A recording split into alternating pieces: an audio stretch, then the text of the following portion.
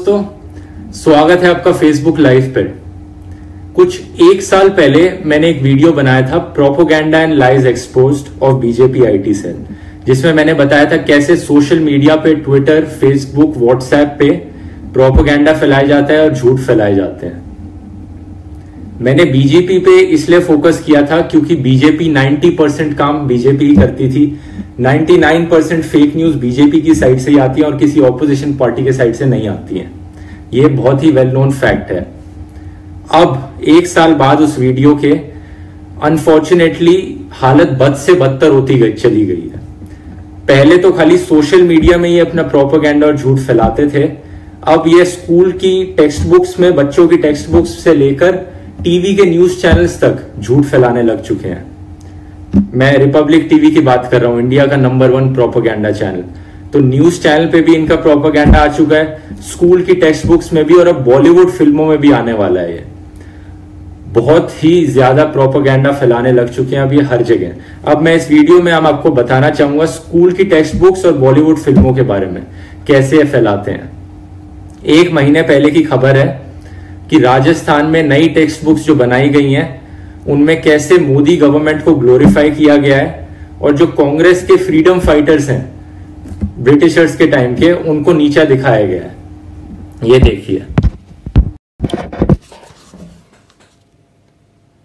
In new Rajasthan textbooks Veer Savarkar overshadows Gandhi and Nehru. ये पिछले महीने की खबर है, हिंदुस्तान टाइम्स का यह आर्टिकल है।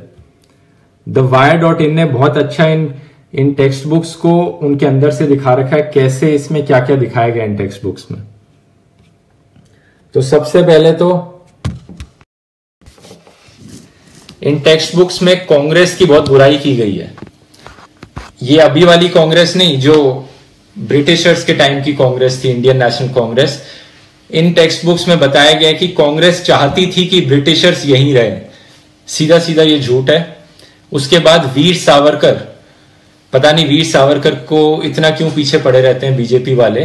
वीर सावरकर को बताया गया कि वो ओनली ब्रेव रेवोल्यूशनरी थे, उनको बहुत बड़ा चढ़ा के दिखाया गया है। ज्यादातर टेक्स्ट बुक का जो पार्ट है हिस्ट्री का, उनको दिया गया है, और जो महात्मा गांधी हमारे फादर ऑफ द नेशन है उनका पार्ट कम कर दिया गया है, और जवाहरलाल नेहरू का भी पार्ट कम कर दिया गया है। यहां तक कि महात्मा गांधी के असैसिनेशन के बारे में तो कोई बात की नहीं गई है हिस्ट्री की टेक्स्ट बुक्स में।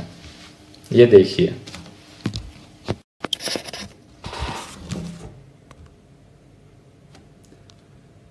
सावरकर के बारे में, only brave revolutionary to be sentenced to life terms of imprisonment and put in tireless efforts to stop partition. तो इतनी तारीफ है वीर सावरकर की, यहां पे ये बताना भूल गए वो कि पहली बात तो वो एथिस्ट थे, दूसरी बात उन्होंने ढेर सारी मर्सी पेटिशंस लिखी थी ब्रिटिशर्स को कि उनको जेल से छुड़ा लो। उन्होंने बोला था वो ब्रिटिश गवर्नमेंट को फुली सपोर्ट करेंगे, अपने लेटर्स में उन्होंने ये लिखा था। उन्होंने क्विट इंडिया मूवमेंट को भी अपोज किया था, और ओपनली वो नाजीज आइडियोलॉजी को और हिटलर को सपोर्ट करते थे। ये सब चीजें नहीं बता रखी इन्होंने टेक्स्ट बुक में। इन्होंने बता रखा है कैसे वो इकलौते सबसे अच्छे फ्रीडम फाइटर थे, पता नहीं क्यों। उसके बाद इन्होंने मोदी गवर्नमेंट को ग्लोरीफाई कर रखा है और डीमोनेटाइजेशन को काले धन की सफाई बता रखा है। ये कोई ओपिनियन पीस नहीं है, ये स्कूल की टेक्स्ट बुक्स में 8th, 9th, 10th के बच्चों को ये पढ़ाया जा रहा है कि डीमोनेटाइजेशन कैसे करप्शन के अगेंस्ट फाइट थी, काले धन की सफाई थी। It was a historical decision by central government to bring back black money, fight corruption and stop the financing of terrorist organizations and curb the usage of black money। सारा ही सारा झूठ है। जैसे कि हमने सारे इकोनॉमिस्ट ने बता रखा है, इंडिया का जीडीपी गिर गया। डीमोनेटाइजेशन के बारे में झूठ लिखा हुआ है टेक्स्ट बुक्स में। उसके बाद क्लास 10th की इंग्लिश की टेक्स्ट बुक में लिखा है, लोटस के बारे में एक पोयम दी गई है। लोटस को बोला गया है victory of lotus is victory of Indian culture, उस पोयम में लिखा गया है। ये क्या चांस की बात है कि लोटस ही बीजेपी का सिंबल भी है। तो बहुत ही तरीके से 8th, 9th, 10th, 11th, 12th की टेक्स्ट बुक्स में बीजेपी को बढ़ा चढ़ाकर दिखाया गया है। ये क्रिटिकल थिंकिंग को मारने की कोशिश की जा रही है। यहाँ पे कोई भी फ्रीडम नहीं छोड़ा जा रहा है स्टूडेंट्स को कि वो अपने ओपिनियन खुद फॉर्म कर पाए। आप जो क्वेश्चंस देखेंगे इस wire.in के आर्टिकल में क्वेश्चंस है, मैं बाद में इसका लिंक डाल दूंगा नीचे। जो टेक्स्ट बुक के क्वेश्चंस हैं एंड में चैप्टर्स के, उनमें क्वेश्चन भी ऐसे पूछे गए हैं कि मोदी की ये वाली मास्टर स्ट्रोक क्या था मोदी जी का, इससे कैसे काला धन कम हुआ, इस स्कीम का नाम बताओ मोदी जी के। तो इन सब चीजों पे बताया गया है। और अब बॉलीवुड की बात कर लेते हैं। एक तो इससे पूरा ब्रेन वॉश हो जाएगा बच्चों का, पूरी जनरेशन का ब्रेन वॉश करना चाहते हैं। ये बहुत ही खतरनाक चीज है जो स्कूल की टेक्स्ट बुक्स में कर रहे हैं। दूसरी चीज है बॉलीवुड फिल्में। दो ऐसी फिल्में आ रही हैं अभी, एक है इंदू सरकार और एक है दी एक्सीडेंटल प्राइम मिनिस्टर, जिसमें कांग्रेस की बेइज्जती की गई है बहुत बुरी तरह से। अब या तो मैं कांग्रेस को डिफेंड नहीं कर रहा हूं, लेकिन या तो ये सच बोले, एक डॉक्यूमेंट्री बना डालें, या एक फिक्शन पीस बना डालें, एक मूवी बना डालें। लेकिन उन्होंने क्या किया है, अब इंदू सरकार का ट्रेलर आ चुका है, आप उसे देख सकते हैं यूट्यूब पे। इन्होंने ट्रेलर में ऐसे दिखाया गया है कि जैसे आप ट्रेलर देखेंगे तो लगेगा वाह, ये तो पूरा इंदिरा गांधी के बारे में बताया गया है, इमरजेंसी के बारे में बात की गई है, सब कुछ सच बोला गया है। आपको कोई आइडिया नहीं होगा ट्रेलर देख के कि ये एक्चुअली 70% फिक्शन है और सिर्फ 30% सच बताया गया है मूवी में। ये मैं नहीं बोल रहा हूं, ये मूवी के डायरेक्टर मधुर भंडारकर ने खुद बोला था कि मूवी में 70% फिक्शन होगा। लेकिन आप ट्रेलर को देखेंगे तो आपको लगेगा कि सभी कुछ सच बोला गया है।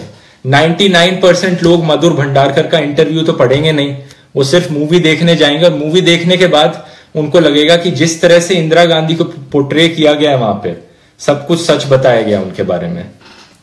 मूवी के ये स्क्रीनशॉट्स देखिए। जो लेफ्ट वाली पिक्चर है वो असली पिक्चर है इंदिरा गांधी और संजय गांधी की, और जो राइट वाली पिक्चर है वो मूवी की पिक्चर ली गई है, मूवी का शॉट है। तो आप मूवी का ट्रेलर भी देखेंगे और ये पिक्चर्स देखेंगे तो आपको बिल्कुल नहीं लगेगा कि ये मूवी फिक्शन है, सीधा सीधा इंदिरा गांधी के बारे में दिखाया गया है। ऐसी एक पिक्चर आ रही है दी एक्सीडेंटल प्राइम मिनिस्टर 2018 में, जिसमें अनुपम खेर जी मनमोहन सिंह का एक्टिंग कर रहे हैं, और जो एक बुक पे बेस्ड है दी एक्सीडेंटल प्राइम मिनिस्टर, जिसमें फिर से मनमोहन सिंह जी को बहुत क्रिटिसाइज किया गया है। और कमाल की बात यह है कि दोनों मूवीज में अनुपम खेर, उनको एक स्टार भक्त कह के बुला सकता हूं मैं, बुलाना चाहूंगा मैं, क्योंकि हर बारी वो मोदी गवर्नमेंट की तारीफ करते रहे हैं। वो इंडिया के number 1 propaganda channel Republic TV में भी एक शो करते हैं और कभी भी उनको किसी भी चीज पे क्रिटिसाइज नहीं करते हैं। तो दोनों ही मूवी में उनका रोल दिया गया है। बहुत ही चांस की बात है, मधुर भंडारकर जी जो डायरेक्टर है इंदू सरकार के, उनका भी मोदी गवर्नमेंट के सपोर्ट में ही काफी सारे ट्वीट्स रहे हैं, आप ये देखेंगे तो।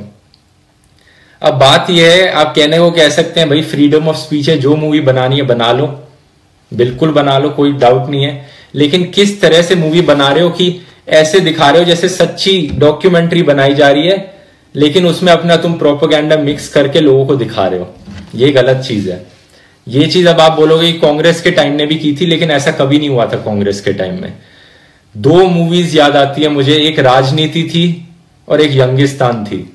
दोनों ही मूवी में किसी को ज्यादा, किसी को ऐसा बुरा नहीं दिखाया गया, और कुछ ये नहीं कह सकते कि डेफिनेटली किसी कांग्रेस लीडर पे बेस्ड है पूरी की पूरी पिक्चर, उनकी स्टोरी बताई गई है। ऐसा आप इंदू सरकार के बारे में नहीं कह सकते, आप इसका ट्रेलर देखेंगे तो मैं एंड में बस यही कहना चाहूंगा, एक तो मैं इंदिरा गांधी को डिफेंड नहीं कर रहा हूं, ना ही मैं कांग्रेस को डिफेंड कर रहा हूं, मैं सच को डिफेंड कर रहा हूं, उनके प्रोपेगेंडा के अगेंस्ट बोल रहा हूं। फ्रीडम ऑफ स्पीच है, मूवी देखनी है दिखा लो। तो आप सारे लोगों को मैं बोलना चाहूंगा, इन मूवीज को देखना चाहोगे आप हॉल में तो इन्हें एंटरटेनमेंट की तरह लेना, ये मत समझ लेना कि जो मूवी में दिखाया जा रहा है वो सच है। और जो स्कूल की टेक्स्ट बुक वाली चीज है वो बहुत ही डिसअपॉइंटिंग चीज है, जिस तरह से प्रोपेगेंडा ब्रेन वॉश कर रहे हैं बच्चों को, तो उसको मैं क्रिटिसाइज कर रहा था। इस वीडियो को शेयर कीजिए ताकि लोगों को पता लगे इस चीज के बारे में। ये दोनों ही खबरें ना ज्यादा हाईलाइट नहीं की गई है मीडिया में, और ये इंफॉर्मेशन फैलाई है। मैं मिलूंगा फिर अगली बार, धन्यवाद।